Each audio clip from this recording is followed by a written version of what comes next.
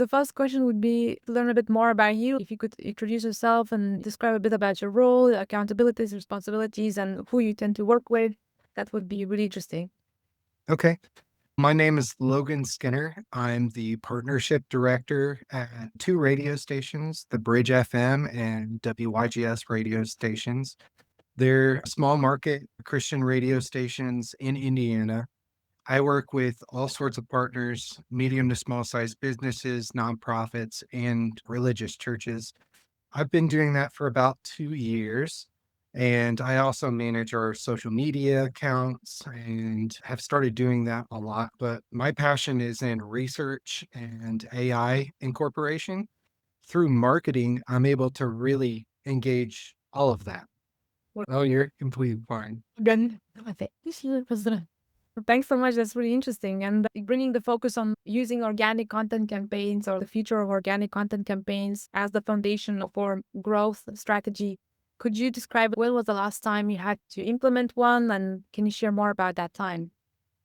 Yeah. So I think a lot of times our businesses get so focused on what product or service they're selling that they forget that people aren't buying the product or service, they're buying solutions. And so when we change it from the product or service to a solution to solving their problems, they're much more likely to engage with that. They're more likely to buy from that. And, have wants, we have needs.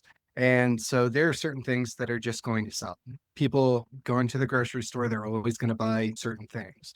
But at the same time, there are other products that maybe they don't need, but if you can make it so that they're seeing those products and seeing that it's fulfilling them in some way, then they're going to want to buy those too. This idea for organic marketing, just making sure that your audience is seeing those products or services as solutions, that's going to be the key moving forward. There's all kinds of research out there. You can go to any AI service and type in whatever you're wanting to find out about a product or service, and you can find out all that information on your own without somebody having to tell you about that. But what a lot of those don't do is they don't tell you what problems they are solving. So marketing has to shift towards that and make sure that is the focus. Yeah, that definitely resonates. And I guess in this process, like what steps did you take to implement organic campaign? And maybe what was yeah, that would be interesting if you haven't expanded on that a bit. Yeah, I have a company that I work with, and they do maintenance, especially for roofs and gutters and that kind of thing. And so the point that I put across was that it wasn't just that they were fixing roofs or improving roofs or putting new gutters on the house. They were making solutions for people. They were the solution when people have storm damage. They were solutions when people are facing potential issues with structure if they don't fix these things now. And so when you start gauging it more towards the, oh, I need to do this because of this. I need to get a new roof because if not, then my roof that's currently leaking in a couple spots could cause a even bigger problem for my home. Then you start getting people who are wanting to act more on those things. That's just the shift that I think we have to make in marketing as we're moving forward. The companies that are providing those luxuries, I think that they're going to continue to do okay depending on the market. But the companies that are providing goods and services that are everyday things, they're going to need to step it up in regards to making that connection with their potential clients. Makes sense. What's the most difficult in this process? The most difficult thing is getting the businesses to realize that there are all kinds of different companies providing the exact same services. So, what makes you stand apart? Why are you the choice over the three other people in the area that are providing the same service? When you start getting into the why, that helps them figure out what is setting them apart from other people. It also helps people resonate more with their company. Makes sense. And if you personally had unlimited resources like people, time, money, what would you do in this space? I think you have to do the research and find where your clients are at.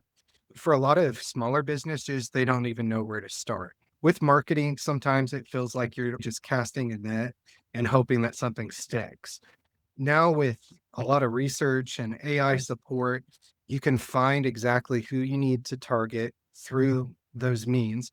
Not that it's perfect or that you're always going to 100% hit exactly who needs that message, but it gets you a much more narrow focused targeting campaign and helps you to hit the people who need the most.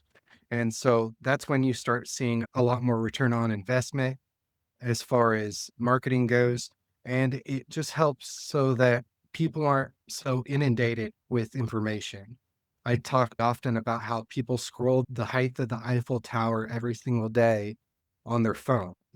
There's a ton of information that you are taking in, and you could scroll past 15 different ads. And later on, you're like, wait, what did I just read? And then you're scrolling back trying to find it. And it's, oh, I buzzed past that 5 minutes ago.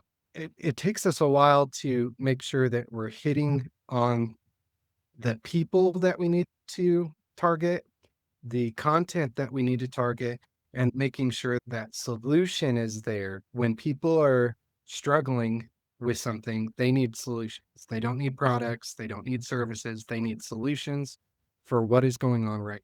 Makes sense. It's like the product and service is part of the solution. Figure out Yeah. the solution and hopefully you'll be part of it and actually be of service. Is there anything else you would like to add while we are in this pop space? Some real keys going forward are going to be creative marketing. So making sure that when you're using video or graphics that it's really catching their eye, but making sure that it's concise. With video advertising, it used to be like 30 seconds to a minute long for ads. What we're finding is that in the first 5 to 8 seconds, if people don't know who you are, what you do, and how they can get a lot of our streaming services have that option where you watch for 5 seconds and you can skip. If you're not able to get it in that first 5 seconds, a lot of your message is completely missed. Making sure that it's very tight focused, especially towards the beginning of any content, making sure that any graphics that you have really pop and that they're really transparent on what it is that you're doing, your product or service does. When you start doing those things, you're going to see better results too. And I guess this part of asking open-ended questions is wrapped up by this CEO of NVIDIA said you're not going to be replaced by AI, but you're going to be replaced by someone who uses it. And I think now is the race towards finding the right new workflows, finding the right integrated solutions. Yeah. And we are seeing quite scary results. Like it's just not possible to compete with just manual workflows anymore. And certainly as big chunk of industry, customers move to digital first. It's like so Mm. much. It's almost it's insane. Yeah. Yeah, that's the finding. Thing that I keep telling a lot of my clients is that when you're using AI is only as smart as you allow it to be. It only lets you engage your product and services as much as you put into it. So if you are consistently putting in data for it, if you're constantly having it do updates on anything from your clientele to your content that's trending locally or even worldwide, then you're going to stay a lot more engaged with your audience than you are if you're just letting AI do general posts all the time. We want to know more about products and services. We also want to interact as humans. And that's the key, making sure that you're interacting on your posts. Whenever you're getting feedback from your clients, good or bad, make sure you're following up with it. You can post every single day and you're going to eventually get to a point where you're not getting any leads. And you're going to go, I'm putting in all this work and all this time. What's going on? You're not going back in and you're not answering questions that they have, or you're not validifying their feedback on your product or service. whether it's good or bad, it gives us a place to be human and interact with them. AI is great at generating content, but it's up to us to actually dive in and have those interactions. So AI is an awesome tool, but it is a tool. It is not a replacement for us completely.